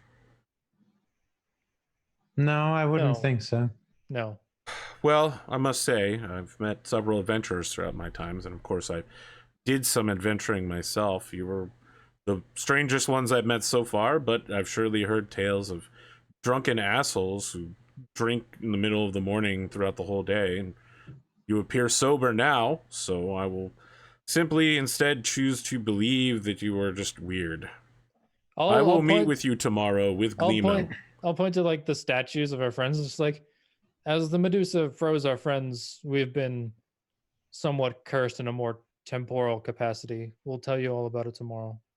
If you are looking for a secure place to speak, I can think of no place more worthy than Glimo's Wizard Tower. Yes. Perfect. Very magical, from what I understand. I don't really dabble in that kind of stuff. I mostly just put my hands on stuff and they breathe. Anyway. Okay. I have a harvest to oversee. Planting season. In the meantime, if you need any able bodies, I'm available. Well, then come with me. And he gestures from the back of his elk. I'll always turn to Kelly, be like, you in? I sort of look around at our statue friends. They'll be fine here. No one will touch them.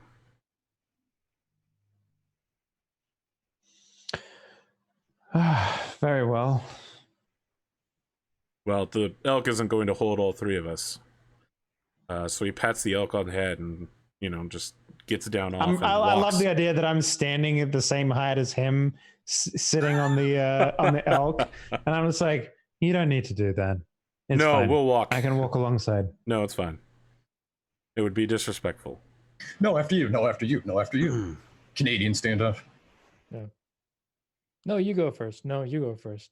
Well, let's get you something hearty to eat and drink on the way over there, and then we can get to the planting.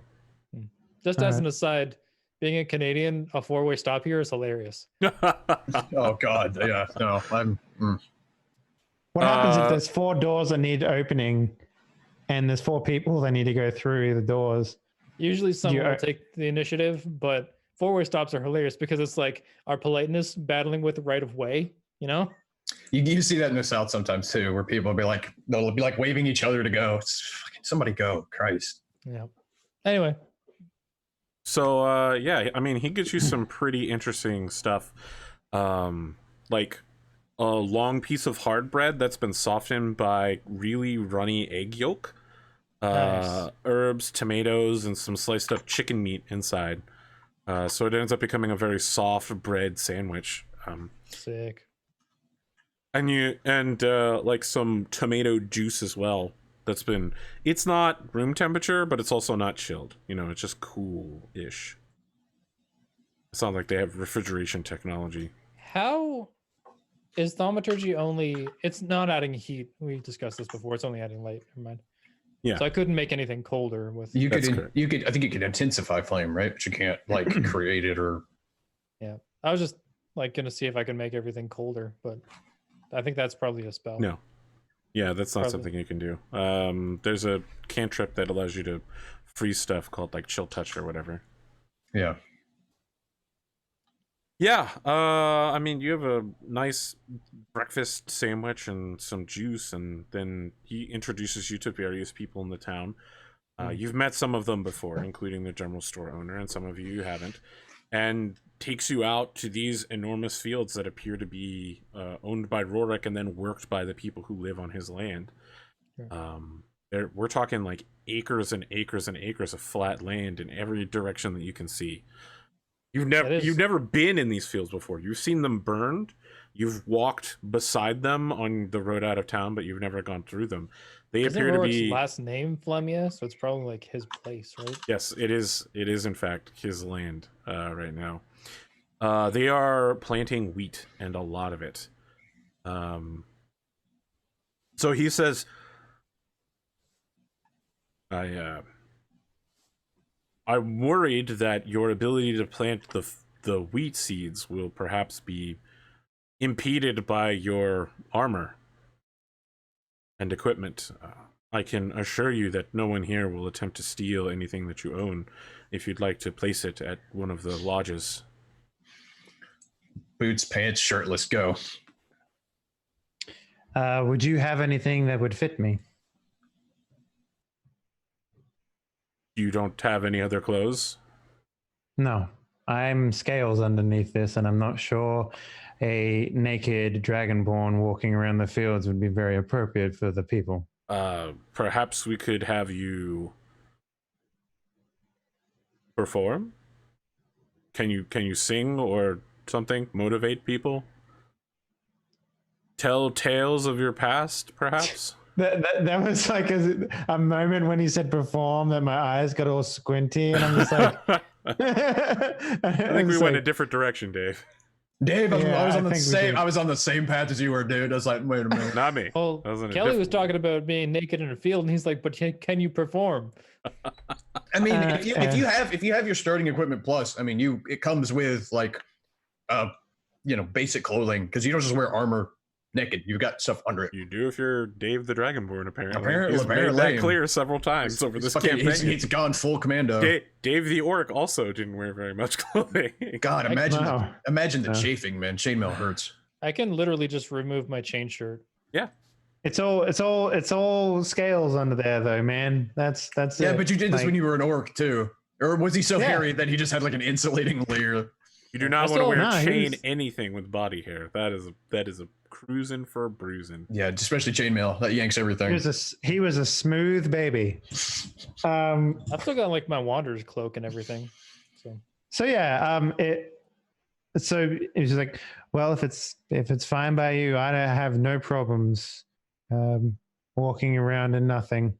So she'll start to take off like the plate mail and he stuff. just looks super confused, but I mean, he doesn't know about how Dragonborns function, so he's just like, if you're comfortable with that, go ahead.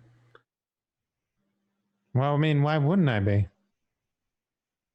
I do not know of your people's bodily modesty. You're trying to be really PC about it. Not He's a offend anybody. Paladin.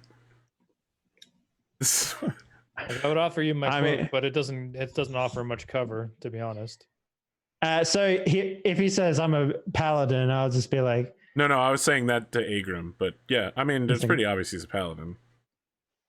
You know, so for a this fact.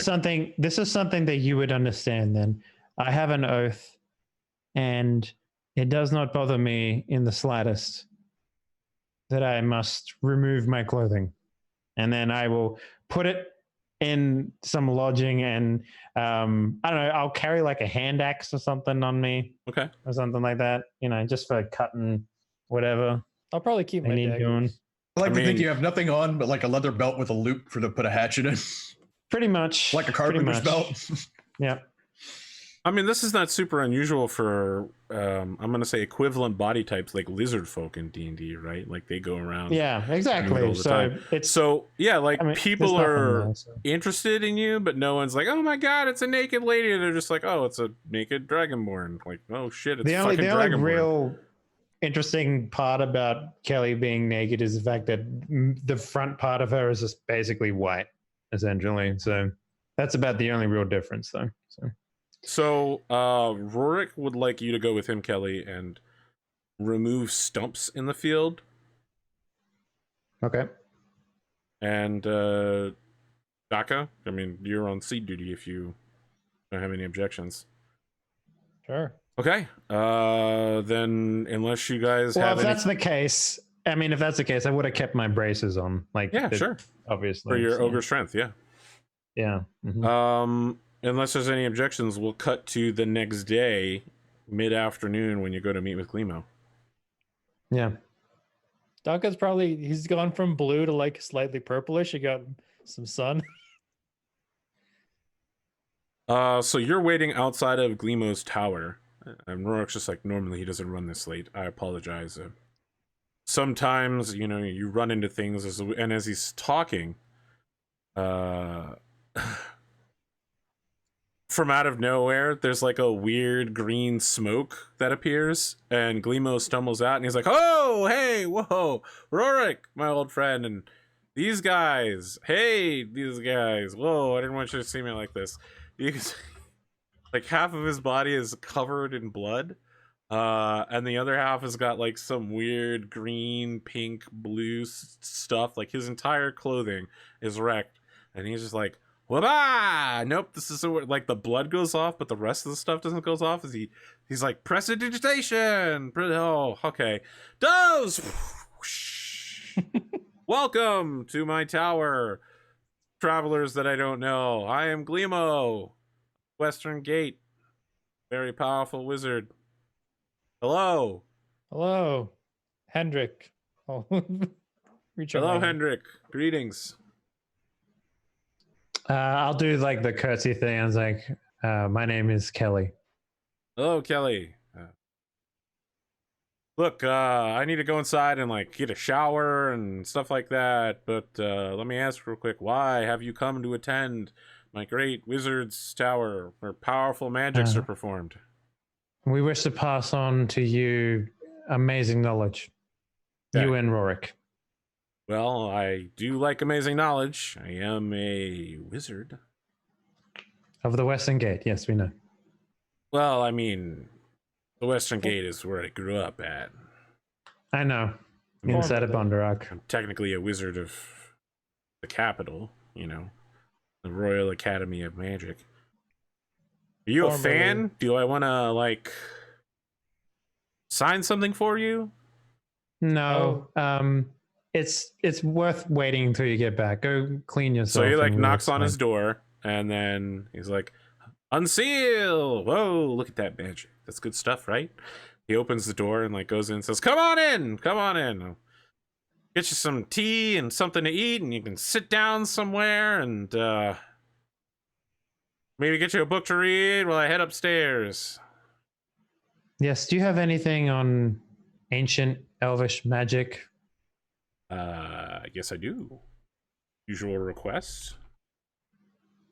We have a small case of petrification that we need to solve. See, well, that is rather, you know, I can help you in the general direction of that kind of stuff, but what is your indexing system here inside of your library?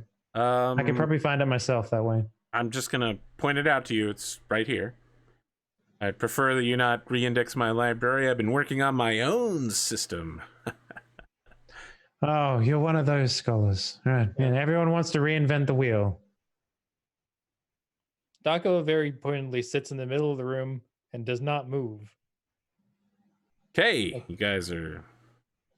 Like, it's not like... Like I'm back in the wizard dorms again. Not like staring at people, but like sitting in a chair and be like, maybe take out a pipe and like start smoking. He looks at Rorik and they exchange significant PC glances for a couple seconds with like oh, is it no smoking? He turns and says, "Oh no, smoking is fine. Just your friend, you know, came in here and was." Anyway, I guess maybe Dragonborns have a different system of. So Kelly's like talking to herself, just like, why would they put the numbers before the letter? That makes no fucking sense whatsoever. It sounds like, you know, going through the indexing system. Haven't they ever heard of the ancient sorcerer Dewey Decimal? Okay, why is the book alphabetized with the? You don't use the at the start of an alphabet. Unbelievable. I don't understand. He just disappears in a mist. Several minutes later, he reappears in a mist shroud.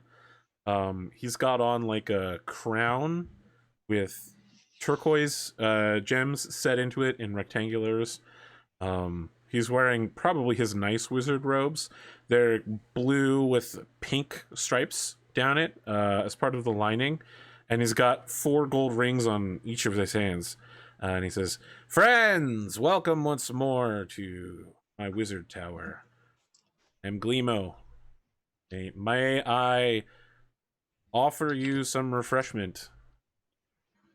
Sure, I'll some tea. Oh, okay, tea. And then he like a staff appears in his hand. He taps it on the ground, and like a teapot appears. He's like, "Whoa, look tea at out that! Of the top of it." That's pretty cool, right?"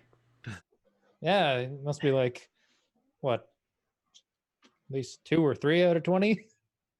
Wow. Okay. Well, you know, I've been working on that conjuration for a while. Oh, I mean, tears of awesomeness. Oh. Well, what's a 20? You might be able a floating castle. You might be able to create a world of your own. Oh no, I mean, tell me, have you heard of the ancient wizard Tarnax le Monochrome? Yes, actually. Have I? He is a oh, you've heard of him. Oh, okay. Kelly, make a history check. I really need to do that NPC indexing system that I've been meaning to do forever. A natural 1. Yeah. What do you think you know about Tarnax le Monochrome, Kelly? Why don't you tell me? I mean, so I like the idea that he asked that. I was like, well, clearly he has something to do with elemental magic. Clearly. Okay. Anyway, so Tarnax Lamonochrome is like an ancient human wizard that existed before humans were ever born. It's crazy, right? No one knows whether he's like a time traveler or something, but we have very clear evidence from the findings of various elven wizards that state during the Imperial era that they were visited by this great person who told them of very powerful magics, including the wish spell, and that he has created innumerable realms, planes of his own, which he has sealed off and travels between. It's very cool stuff. He like basically is like the father of his own worlds. He's like a god to them. Do you know there's another name? Silverblade? Acheron. Yes. I've read of him. He's one of the Elder Masters, a slave prince of the Elven Empires, one of the last ones. The rest of the elves struck him down for his foolishness and imprisoned him forever. And in a previous life, this might sound insane to you. In a previous life, I learned of Tarnax the Monochrome from a book that was in Acheron Silverblade's possession. Oh, so you're like a druid then. Cool. In a manner of speaking. I'll like look at Kelly and be like, don't say anything. I assume Kelly knows that I'm a warlock. But I'm a Fey warlock, so I could fake druid, sort of. I mean, it's very easy for this Kelly to recognize that you're a warlock. The last one, maybe not so much. Yeah, he just likes to smoke a lot, man. He's just weird. So, all right. Are you two comfortable? Are you ready to hear story? Rourke's like, I still don't even know why I'm here, but yes, I am. At the low, so he's sitting straight back, not touching the cushion. Okay. In full plate mail, completely rigid. I am ready to receive your story. So, Rorik, was there a time when you had an issue with kobolds, a green tribe and a black tribe? Yes, it's been many years since they bothered us. We more or less have pushed them out. They regrow as over time as kobolds do, attempting to please their masters. So I would like to give you a hypothetical, which for now you need not believe, but be open to listening to the entire story. Yeah, I mean, I'm here. It's harvest season and I'm here, so I'm committed. Myself and my companions, both the ones that were petrified and the one inside of this room, we come from a realm, I guess you could call it, where those kobolds had grown to a seat of power. And those same kobolds eventually overrun your fair town, Flemia, and you yourself as a paladin fell. You broke your oath.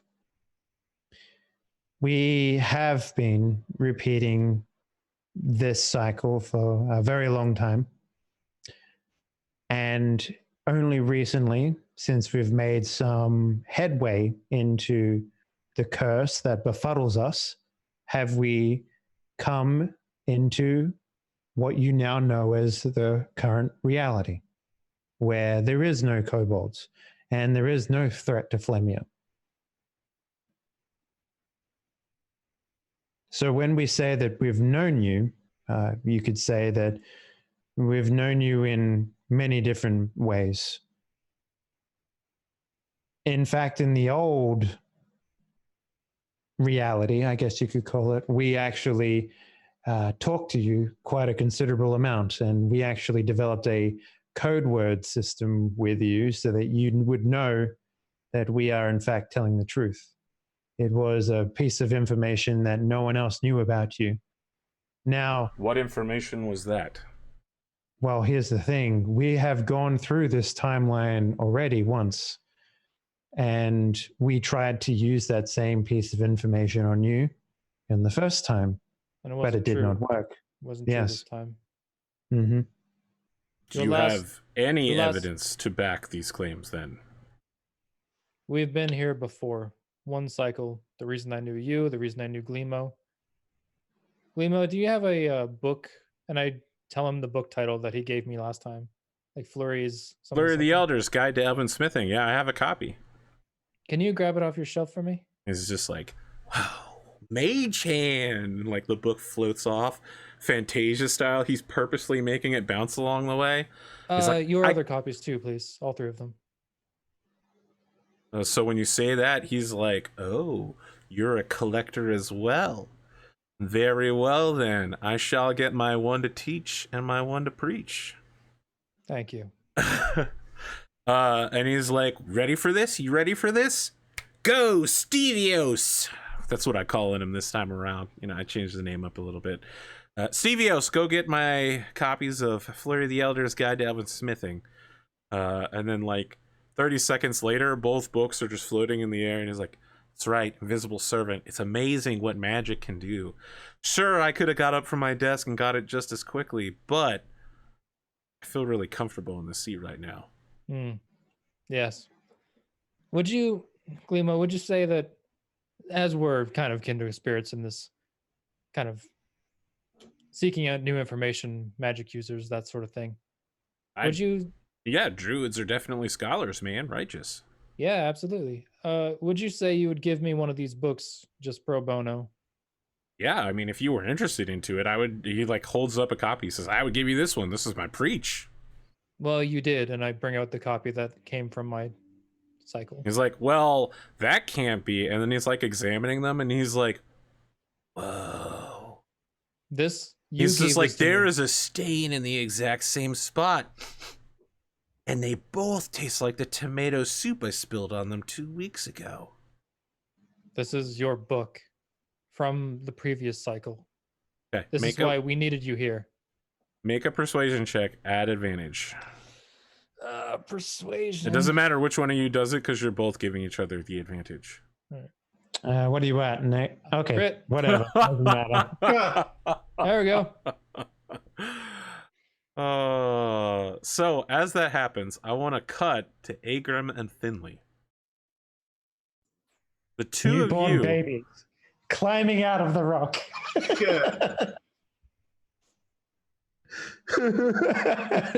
You just see a camera shot of like inside of the church. There's like some stone cracking noises, and then like it goes like to pan over across, and the nut, like the spice nut seller, gets arrowed in the face, and all he hears, "Yeah, boy."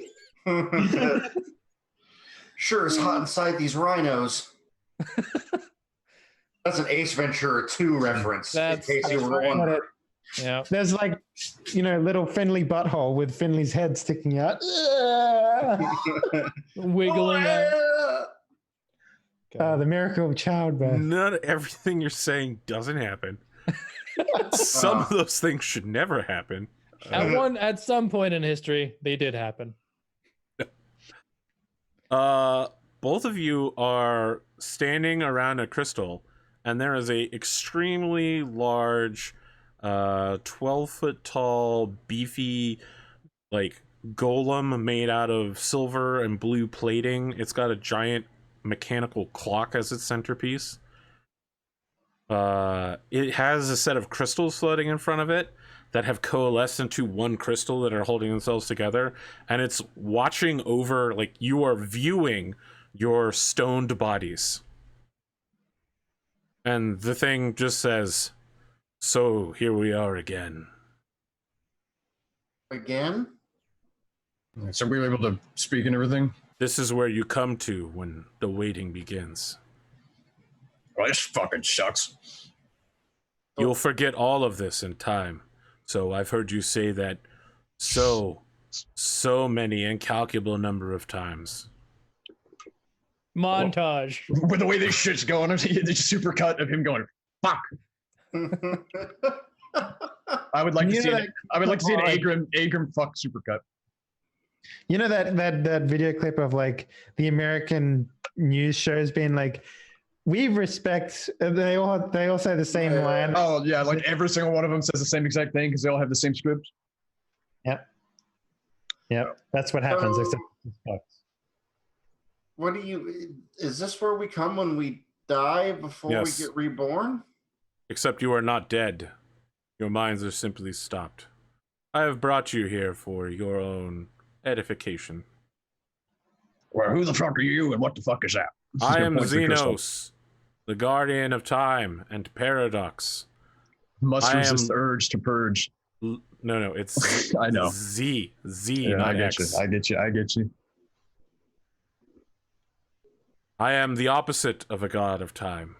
I am the root of all things that exist, the watcher, the one who writes things. So, have you seen like every timeline? Yes. Can you see the future? No. Cannot see what does not exist.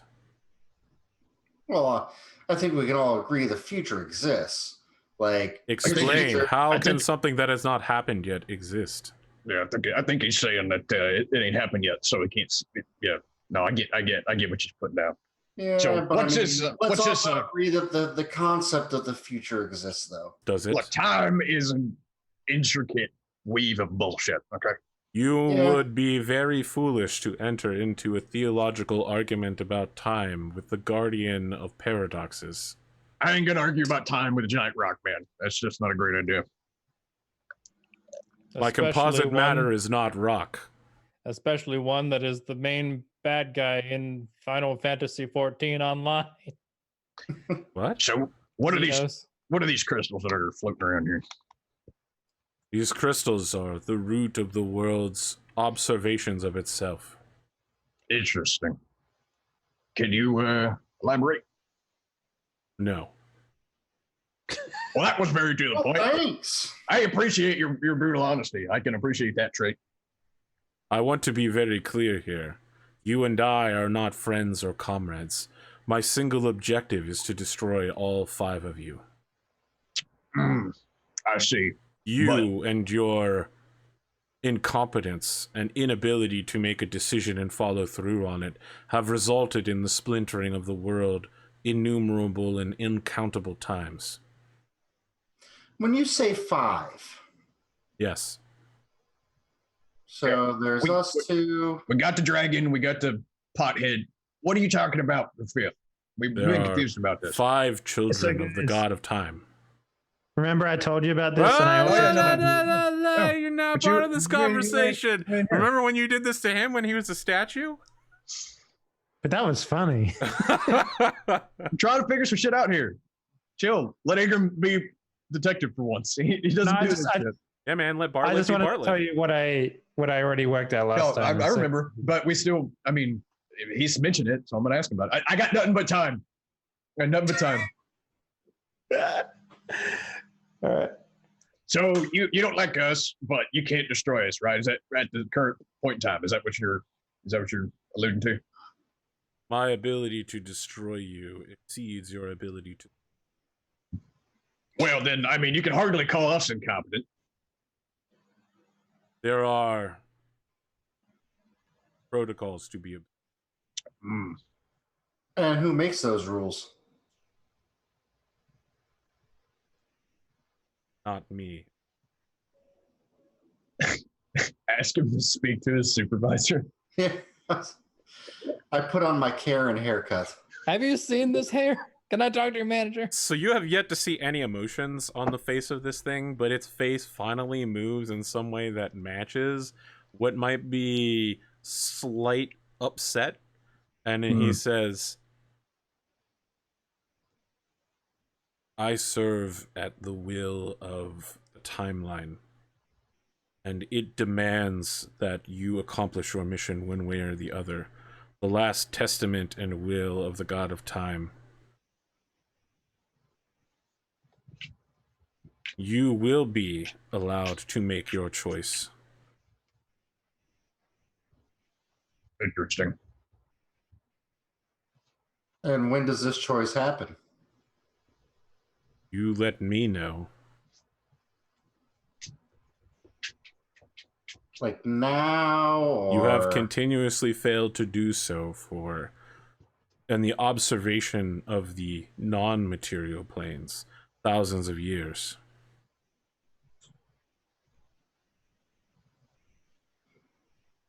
I mean, completing a mission sounds pretty good. I mean, you know, your boss picked 4 mortals who, you know, You are by hardly nature mortals. well, I mean, we are mortal. We just come back. I mean, That I guess would be we're the both- definition of a non-mortal object. In I mean, fact, there are an mortals. immortal. You can be immune to age or then die, or you know, die and come back. I mean, it depends on the You type are of not immortality immune we're to talking about here. age. You have perished of non-functioning organs in the past. Time out. Story of my life. Time back in. Stop. So you've brought us here to just hang out until they can get us out of stone, or we die in there, or what? It would be polite to allow you some time to talk with each other. There are customs to be observed. As I mentioned, you will not remember any of this, as you never do. Well, Normally you aren't here for so long, Well, why are we here for so long this time? because you're Me- stone. because they're fucking around, I'm sure. Mm, They seem sounds like surprisingly them. competent during this cycle, actually. Interesting. well, maybe we can learn from that. Can we watch what they're doing right now? What can we see? What can we see from here? Because I mean, if I see us, He holds one of his massive gauntlets out, and it shifts back over to Daka and Kelly, and we phase through the image back to the scene happening in media res. And Gleemo's just like, no way, Rorik, this is true. Everything they're saying is 100% correct. I trust them implicitly. Rorik's just like, all right, I will go with whatever Gleemo says. He has been a stalwart companion to me for some time. And Thank you. I do not always understand his wizarding ways, but if he believes your tale of time traveling alternateness, then I too will. It's more of a cyclical reliving of the same events over and over, but And yes. but you have said that these events are different recently for you. Yeah, Yes, something sort changed. We sort of hit a. Sorry, I'm in my old Kelly voice there. Something has changed Yeah. within you. Something is not the same. You're not playing by the rules of someone else's game.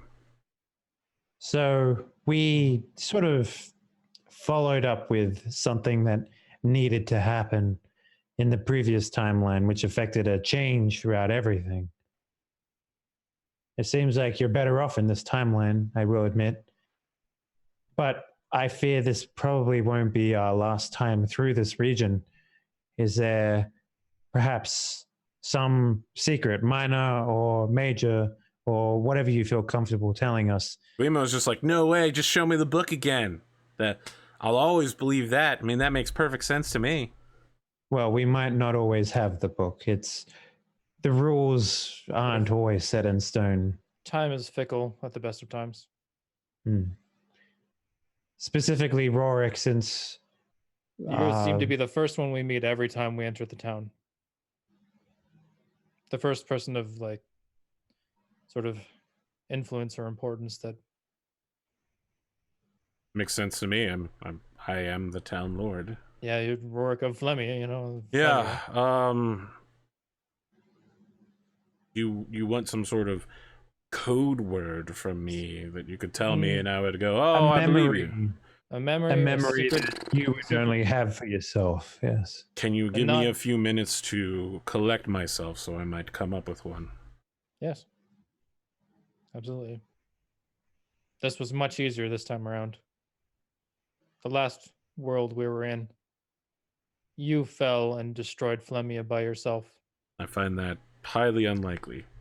You would be surprised. Your previous secret, by the way, you ran from a fight with a demon lord and lost your powers as a paladin. I find that highly unlikely. You would.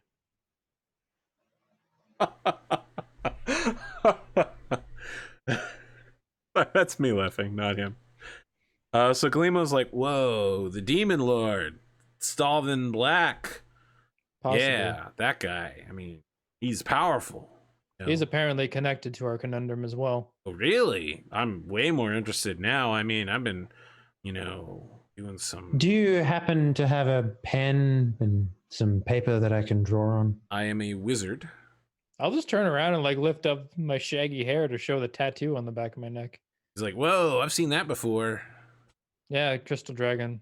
Yeah, man, that's some elven shit right there. We all have it. It's the mark of our curse. Wow. Okay, the elves must really hate you. We don't know very much. We know Stalvin Black might be involved. We know the old elves are involved. We know there's a lord before all the gods, a god before the gods. Whoa, wait. Stop right there. First, I want to get that paper and pen that you asked for, and assumably you're going to want ink. Okay, you ready for this? Ready? Ooh, Georgios. Go get me the pen, the paper, and the ink. Get the good stuff. Third shelf.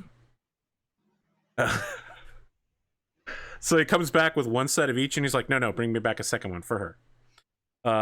And then just these floating papers, pen and ink come over to you, Kelly, and he's like, all right, let's begin. Tell me about the god before the gods. So if you want, I can start reverberating scripture, basically. I mean, he's just writing it all down. Yeah. I actually had a document written somewhere. I just remembered it's all going to be from Kelly's point of view, which may be less accurate than... Well, I also have all of the knowledge of every Kelly. I understand, but your Kelly has a very unique view of... Yeah. So essentially, the story goes that the original god was immune to everything and everything. Nothing, not age, not violence would be able to fell the god. And because of that, nothing aged as well. There was no death in this time. He lived for such a great period of time that eventually he got bored of living and left himself up to the lesser gods. Those lesser gods ravaged his corpse, taking from him chunks of power from his flesh, from his blood, all of that. And what was left was a decaying, rotting corpse, which eventually death was birthed from. As this is happening, we cut back to Akram and Finley with Xenos, and he's just like, this story is less than accurate, as usual. Then we cut back to Daka and... I just look at these units and like, well, actually. Yeah. Welcome to the 12-foot tall YouTube comments. Not made out of stone. It's actually made out of a composite material, and so and then I'll say at the end is also it's worth pointing out all this information was actually obtained by another version of myself, which didn't have the scholarly input and view that one such as myself might have, and as such, the questions that he asked were not exactly poignant to finding the right pieces of information. If we do get a chance to go back and find the caregiver of this information, I will ask him more important questions this time around. But we are, for the most part, unsure whether or not he is in this timeline. Okay. Can you guys hold on for just a second here? I'm gonna need 1 minute. So much. I don't understand that. No, he's just like, give me a sec. And he starts casting a spell, but you can tell that the cast time is longer than 6 seconds. There's a lot of chanting and hand gestures and runes. Can I identify what this is, please? Absolutely. Make an Arcana check. 11. It's some sort of evocation spell. I thought Kelly was gonna actually him on something he did, like a hand sign. Or I like the idea that I move behind him and move his hand up. No, don't do that. But yeah. It's not Leviosa, it's Leviosa. Leviosa. Yeah. I'll just sort of cross my arms and just wait. All right. As he finishes casting the spell, nothing seems to have happened for any of you. And that's when he takes out a set of glasses from inside his robes and says, "Let's start again." Circle of Truth. And this is where we're going to take our break. We'll be back in about 8 minutes for the second half. I don't know how Daka would know that. Whatever. It's not Circle of Truth. I'm just going to tell you that. Okay, good. Because it's Zone of Truth, and it's a very easy cast, and it's just like blam, Zone of Truth. Did you had to consent to Zone of Truth, or you took damage? You get to make a save for it. So yeah. All right, we'll be back. Stick around for the second half.